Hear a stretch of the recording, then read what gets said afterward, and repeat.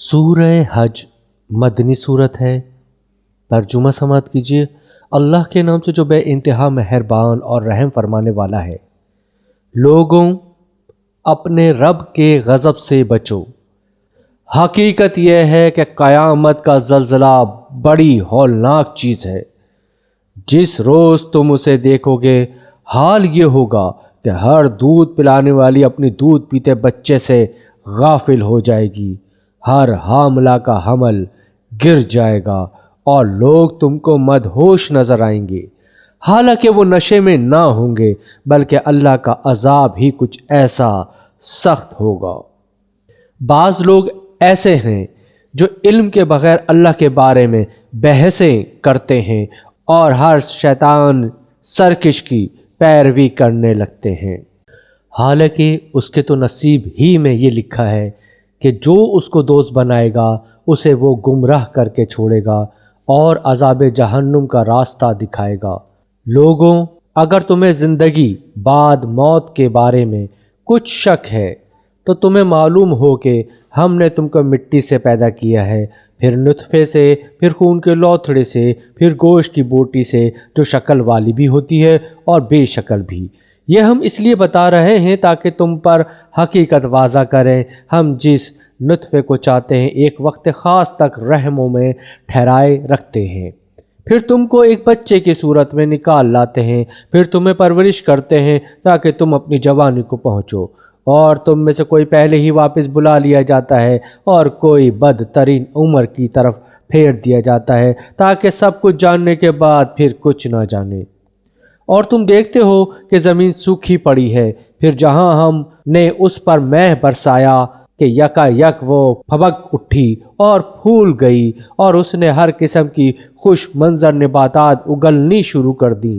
یہ سب کچھ اس وجہ سے ہے کہ اللہ ہی حق ہے، اور وہ مردوں کو زندہ کرتا ہے، اور وہ ہر چیز پر قادر ہے۔ اور یہ اس بات کی دلیل ہے کہ قیامت کی گھڑی آ کر رہے گی، اس میں کسی شک کی گنجائش نہیں، اور اللہ ضرور ان لوگوں کو اٹھائے گا جو قبروں میں جا چکے ہیں۔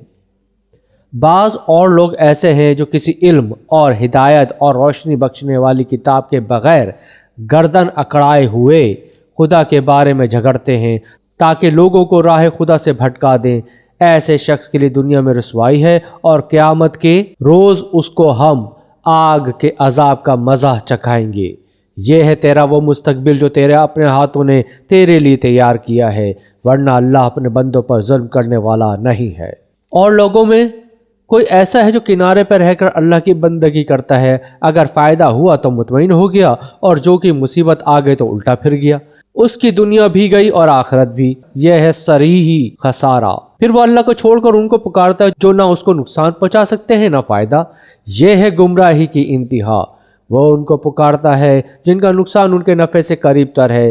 بدترین ہے اس کا مولا اور بدترین ہے اس کا رفیق۔ اس کے برعکس اللہ ان لوگوں کو جو ایمان لائے اور جنہوں نے نیک عمل کیے یقیناً ایسی جنتوں میں داخل کرے گا جن کے نیچے نہریں بہہ رہی ہوں گی۔ اللہ کرتا ہے جو کچھ چاہتا ہے۔ جو شخص یہ گمان رکھتا ہو کہ اللہ دنیا اور آخرت میں اس کی کوئی مدد نہ کرے گا، اسے چاہیے کہ ایک رسی کے ذریعے آسمان تک پہنچ کر شگاف لگائے، پھر دیکھ لے کہ آیا اس کی تدبیر کسی ایسی چیز کو رد کر سکتی ہے جو اس کو ناگوار ہے۔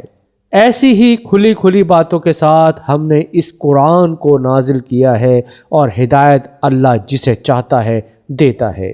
جو لوگ ایمان لائے اور جو یہودی ہوئے اور سابئی اور نصارہ اور مجوس اور جن لوگوں نے شرک کیا، ان سب کے درمیان اللہ قیامت کے روز فیصلہ کر دے گا۔ ہر چیز اللہ کی نظر میں ہے۔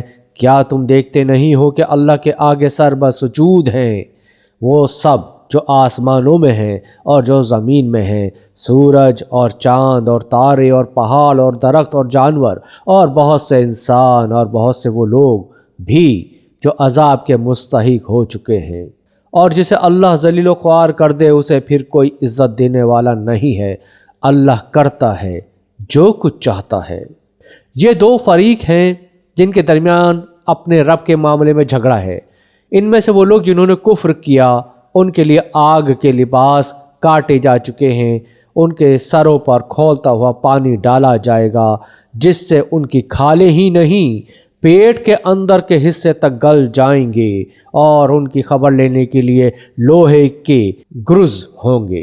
جب کبھی وہ گھبرا کر جہنم سے نکلنے کی کوشش کریں گے پھر اسی میں دھکیل دیے جائیں گے کہ چکھو اب جلنے کی سزا کا مزہ۔ دوسری طرف جو لوگ ایمان لائے اور جنہوں نے نیک عمل کیے ان کو اللہ ایسی جنتوں میں داخل کرے گا جن کے نیچے نہریں بہہ رہی ہوں گی، وہاں وہ سونے کے کنگنوں اور موتیوں سے آراستہ کیے جائیں گے اور ان کے لباس ریشم کے ہوں گے۔ ان کو پاکیزہ بات قبول کرنے کی ہدایت بخشی گئی اور انہیں خدائے ستودہ صفات کا راستہ دکھایا گیا۔ جن لوگوں نے کفر کیا اور جو آج اللہ کے راستے سے روک رہے ہیں اور اس مسجد حرام کی زیارت میں مانا ہیں جسے ہم نے سب لوگوں کے لیے بنایا ہے، جس میں مقامی باشندوں اور باہر سے آنے والوں کے حقوق برابر ہیں، ان کی روش یقیناً سزا کی مستحق ہے۔ اس مسجد حرام میں جو بھی راستی سے ہٹ کر ظلم کا طریقہ اختیار کرے گا اسے ہم دردناک عذاب کا مزہ چکھائیں گے۔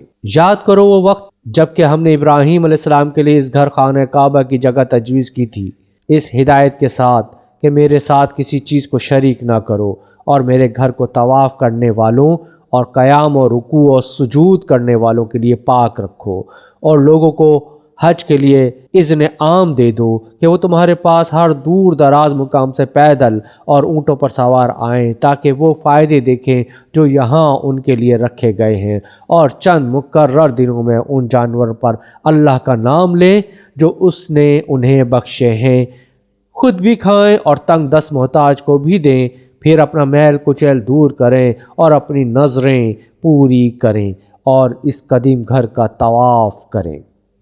یہ تھا تعمیر کعبہ کا مقصد، اور جو کہ اللہ کی قائم کردہ حرمتوں کا احترام کرے تو یہ اس کے رب کے نزدیک خود اسی کے لیے بہتر ہے۔ اور تمہارے لیے مویشی جانور حلال کیے گئے ماں سوا ان چیزوں کے جو تمہیں بتائی جا چکی ہیں، پس بتوں کی گندگی سے بچو، جھوٹی باتوں سے پرہیز کرو، یکسو ہو کر اللہ کے بندے بنو، اس کے ساتھ کسی کو شریک نہ کرو، اور جو کوئی اللہ کے ساتھ شرک کرے تو گویا وہ آسمان سے گر گیا، اب یا تو اسے پرندے اچک لے جائیں گے یا ہوا اس کو ایسی جگہ لے جا کر پھینک دے گی جہاں اس کے چیتھڑے اڑ جائیں گے۔ یہ ہے اصل معاملہ، اسے سمجھ لو، اور جو اللہ کے مقرر کردہ شعائر کا احترام کرے تو یہ دلوں کے تقوی سے ہے۔ تمہیں ایک وقت مقرر تک ان خدا کے جانوروں سے فائدہ اٹھانے کا حق ہے، پھر ان کے قربان کرنے کی جگہ اسی قدیم گھر کے پاس ہے۔ ہر امت کے لیے ہم نے قربانی کا ایک قاعدہ مقرر کر دیا ہے تاکہ اس امت کے لوگ ان جانوروں پر اللہ کا نام لیں جو اس نے انہیں بخشے ہیں۔ ان مختلف طریقوں کے اندر مقصد ایک ہی ہے، بس تمہارا خدا ایک ہی خدا ہے اور اسی کے تم متی فرمان بنو۔ اور اے نبی صلی اللہ علیہ وآلہ وسلم بشارت دے دیں عاجزانہ روش اختیار کرنے والوں کو، جن کا حال یہ ہے کہ اللہ کا ذکر سنتے ہی ان کے دل کانپ اٹھتے ہیں، جو مصیبت بھی ان پر آتی ہے اس پر صبر کرتے ہیں، نماز قائم کرتے ہیں، اور جو کچھ رزق ہم نے ان کو دیا ہے اس میں سے خرچ کرتے ہیں۔ اور قربانی کے اونٹوں کو ہم نے تمہارے لیے شعائر اللہ شامل کیا ہے، تمہارے لیے ان میں بھلائی ہے، بس انہیں کھڑا کر کے ان پر اللہ کا نام لو، اور جب قربانی کے بعد ان کی پیٹھیں زمین پر ٹک جائیں تو ان میں سے خود بھی کھاؤ اور ان کو بھی کھلاؤ جو قناعت کیے بیٹھے ہیں، اور ان کو بھی جو اپنی حاجت پیش کریں۔ ان جانوروں کو ہم نے اس طرح تمہارے لیے مسخر کیا ہے تاکہ تم شکریہ ادا کرو۔ نہ ان کے گوشت اللہ کو پہنچتے ہیں نہ خون، مگر اسے تمہارا تقوی پہنچتا ہے۔ اس نے ان کو تمہارے لیے اس طرح مسخر کیا ہے تاکہ اس کی بخشی ہوئی ہدایت پر تم اس کی تکبیر کرو اور اے نبی صلی اللہ علیہ وآلہ وسلم بشارت دے دیں نیکوکار لوگوں کو، یقیناً اللہ مدافعت کرتا ہے ان لوگوں کی طرف سے جو ایمان لائے ہیں، یقیناً اللہ کسی خائن کافر نعمت کو پسند نہیں کرتا۔ اجازت دے دی گئی ان لوگوں کو جن کے خلاف جنگ کی جا رہی ہے، کیونکہ وہ مظلوم ہیں، اور اللہ یقیناً ان کی مدد پر قادر ہے۔ یہ وہ لوگ ہیں جو اپنے گھروں سے ناحق نکال دیے گئے، صرف اس قصور پر کہ وہ کہتے تھے ہمارا رب اللہ ہے۔ اگر اللہ لوگوں کو ایک دوسرے کے ذریعے دفع نہ کرتا رہے تو خانقاہیں اور گرجا اور معبد اور مسجدیں جن میں اللہ کا کثرت سے نام لیا جاتا ہے سب مسمار کر ڈالی جائیں۔ اللہ ضرور ان لوگوں کی مدد کرے گا جو اس کی مدد کریں گے، اللہ بڑا طاقتور اور زبردست ہے۔ یہ وہ لوگ ہیں جنہیں اگر ہم زمین میں اقتدار بخشیں تو وہ نماز قائم کریں گے، زکوٰۃ دیں گے، نیکی کا حکم دیں گے اور برائی سے منع کریں گے، اور تمام معاملات کا انجام کار اللہ کے ہاتھ میں ہے۔ اے نبی صلی اللہ علیہ وآلہ وسلم، اگر وہ یعنی کفار تمہیں جھٹلاتے ہیں تو ان سے پہلے قوم نوح علیہ السلام اور عاد علیہ السلام اور سمود علیہ السلام اور قوم ابراہیم علیہ السلام اور قوم لوط علیہ السلام اور اہل مدین بھی جھٹلا چکے ہیں، اور موسیٰ علیہ السلام بھی جھٹلائے جا چکے ہیں۔ ان سب منکرین حق کو میں نے پہلے مہلت دی، پھر پکڑ لیا۔ اب دیکھ لو میری عقوبت کیسی تھی۔ کتنی ہی خطا کار بستیاں ہیں جن کو ہم نے تباہ کیا اور آج وہ اپنی چھتوں پر الٹی پڑی ہیں، کتنے ہی کنویں بیکار اور کتنے ہی قصر کھنڈر بنے ہوئے ہیں۔ کیا یہ لوگ زمین میں چلے پھرے نہیں ہیں کہ ان کے دل سمجھنے والے اور ان کے کان سننے والے ہوتے؟ حقیقت یہ ہے کہ آنکھیں اندھی نہیں ہوتی مگر وہ دل اندھے ہو جاتے ہیں جو سینوں میں ہیں۔ یہ لوگ عذاب کے لیے جلدی مچا رہے ہیں۔ اللہ ہرگز اپنے وعدے کے خلاف نہ کرے گا، مگر تیرے رب کے ہاں ایک دن تمہارے شمار کے 1000 برس کے برابر ہوا کرتا ہے۔ کتنی ہی بستیاں ہیں جو ظالم تھیں، میں نے پہلے ان کو مہلت دی، پھر پکڑ لیا، اور سب کو واپس تو میرے ہی پاس آنا ہے۔ اے نبی صلی اللہ علیہ وآلہ وسلم، کہہ دو کہ لوگوں، میں تو تمہارے لیے صرف وہ شخص ہوں جو برا وقت آنے سے پہلے صاف صاف خبردار کر دینے والا ہو۔ پھر جو ایمان لائیں گے اور نیک عمل کریں گے ان کے لیے مغفرت ہے اور عزت کی روزی، اور جو ہماری آیت کو نیچا دکھانے کی کوشش کریں گے وہ دوزخ کے یار ہیں۔ اور اے نبی صلی اللہ علیہ وآلہ وسلم، تم سے پہلے ہم نے نہ کوئی رسول ایسا بھیجا ہے نہ نبی جس کے ساتھ یہ معاملہ نہ پیش آیا ہو کہ جب اس نے تمنا کی شیطان اس کی تمنا میں خلل انداز ہو گیا۔ اس طرح جو کچھ بھی شیطان خلل اندازیاں کرتا ہے اللہ ان کو مٹا دیتا ہے اور اپنی آیات کو پختہ کر دیتا ہے۔ اللہ علیم ہے اور حکیم۔ وہ اس لیے ایسا ہونے دیتا ہے تاکہ شیطان کی ڈالی ہوئی خرابی کو فتنہ بنا دے ان لوگوں کے لیے جن کے دلوں کو نفاق کا روگ لگا ہوا ہے اور جن کے دل کھوٹے ہیں۔ حقیقت یہ ہے کہ یہ ظالم لوگ عناد میں بہت دور نکل گئے ہیں، اور علم سے بہرہ مند لوگ جان لیں کہ یہ حق ہے تیرے رب کی طرف سے، اور وہ اس پر ایمان لے آئیں اور ان کے دل اس کے آگے جھک جائیں۔ یقیناً اللہ ایمان لانے والوں کو ہمیشہ سیدھا راستہ دکھا دیتا ہے۔ انکار کرنے والے تو اس کی طرف سے شک ہی میں پڑے رہیں گے، یہاں تک کہ یا تو ان پر قیامت کی گھڑی اچانک آ جائے یا ایک منحوس دن کا عذاب نازل ہو جائے۔ اس روز بادشاہی اللہ کی ہوگی اور وہ ان کے درمیان فیصلہ کر دے گا۔ جو ایمان رکھنے والے اور عمل صالح کرنے والے ہوں گے وہ نعمت بھری جنتوں میں جائیں گے، اور جنہوں نے کفر کیا ہوگا اور ہماری آیات کو جھٹلایا ہوگا ان کے لیے رسوا کن عذاب ہوگا۔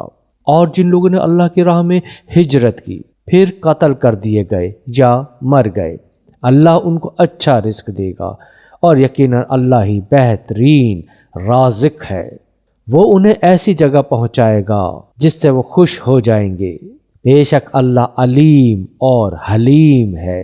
یہ تو ہے ان کا انجام، اور جو کوئی بدلہ لے ویسا ہی جیسا اس کے ساتھ کیا گیا، اور پھر اس پر زیادتی بھی کی گئی ہو تو اللہ اس کی مدد ضرور کرے گا۔ اللہ معاف کرنے والا اور درگزر کرنے والا ہے۔ یہ اس لیے کہ رات سے دن اور دن سے رات نکالنے والا اللہ ہی ہے، اور وہ سمیع و بصیر ہے۔ یہ اس لیے کہ اللہ ہی حق ہے اور وہ سب باطل ہیں جنہیں اللہ کو چھوڑ کر یہ لوگ پکارتے ہیں، اور اللہ ہی بالا دست اور بزرگ ہے۔ کیا تم دیکھتے نہیں ہو کہ اللہ آسمان سے پانی برساتا ہے اور اس کی بدولت زمین سرسبز ہو جاتی ہے؟ حقیقت یہ ہے کہ وہ لطیف و خبیر ہے۔ اسی کا ہے جو کچھ آسمانوں میں ہے اور جو کچھ زمین میں ہے۔ بے شک وہی غنی و حمید ہے۔ کیا تم دیکھتے نہیں ہو کہ اس نے وہ سب کچھ تمہارے لیے مسخر کر رکھا ہے جو زمین میں ہے، اور اسی نے کشتی کو قاعدے کا پابند بنایا ہے کہ وہ اس کے حکم سے سمندر میں چلتی ہے، اور وہی آسمان کو اس طرح تھامے ہوئے ہے کہ اس کے اذن کے بغیر وہ زمین پر نہیں گر سکتا۔ واقعہ یہ ہے کہ اللہ لوگوں کے حق میں بڑا شفیق اور رحیم ہے۔ وہی ہے جس نے تمہیں زندگی بخشی ہے، وہی تم کو موت دیتا ہے، اور وہی پھر تم کو زندہ کرے گا۔ سچ یہ ہے کہ انسان بڑا ہی منکر حق ہے۔ ہر امت کے لیے ہم نے ایک طریقے عبادت مقرر کیا ہے جس کی وہ پیروی کرتی ہے۔ پس اے نبی صلی اللہ علیہ وآلہ وسلم، وہ اس معاملے میں تم سے جھگڑا نہ کریں، تم اپنے رب کی طرف دعوت دو، یقیناً تم سیدھے راستے پر ہو، اور اگر وہ تم سے جھگڑیں تو کہہ دو کہ جو کچھ تم کر رہے ہو اللہ کو خوب معلوم ہے۔ اللہ قیامت کے روز تمہارے درمیان ان سب باتوں کا فیصلہ کر دے گا جن میں تم اختلاف کرتے رہے ہو۔ کیا تم نہیں جانتے کہ آسمان اور زمین کی ہر چیز اللہ کے علم میں ہے؟ سب کچھ ایک کتاب میں درج ہے، اللہ کے لیے کچھ بھی مشکل نہیں ہے۔ یہ لوگ اللہ کو چھوڑ کر ان کی عبادت کر رہے ہیں جن کے لیے نہ تو اس نے کوئی سند نازل کی ہے اور نہ یہ خود ان کے بارے میں کوئی علم رکھتے ہیں۔ ان ظالموں کے لیے کوئی مددگار نہیں ہے۔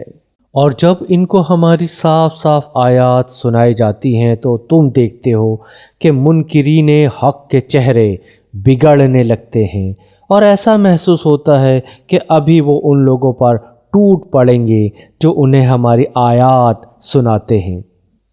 ان سے کہو، میں بتاؤں تمہیں کہ اس سے بدتر چیز کیا ہے؟ آگ۔ اللہ نے اسی کا وعدہ ان لوگوں کے حق میں کر رکھا ہے جو قبول حق سے انکار کریں، اور وہ بہت ہی برا ٹھکانہ ہے۔ لوگوں، ایک مثال دی جاتی ہے، غور سے سنو۔ جن معبودوں کو تم خدا کو چھوڑ کر پکارتے ہو، وہ سب مل کر ایک مکھی بھی پیدا کرنا چاہیں تو نہیں کر سکتے، بلکہ اگر مکھی ان سے کوئی چیز چھین لے جائے تو وہ اسے چھڑا بھی نہیں سکتے۔ مدد چاہنے والے بھی کمزور، اور جن سے مدد چاہی جاتی ہے وہ بھی کمزور۔ ان لوگوں نے اللہ کی قدر ہی نہ پہچانی جیسا کہ اس کے پہچاننے کا حق ہے۔ واقعہ یہ ہے کہ قوت اور عزت والا تو اللہ ہی ہے۔ حقیقت یہ کہ اللہ اپنے فرامین کی ترسیل کے لیے ملائکہ میں سے بھی پیغام رساں منتخب کرتا ہے، اور انسانوں میں سے بھی۔ وہ سمیع اور بصیر ہے۔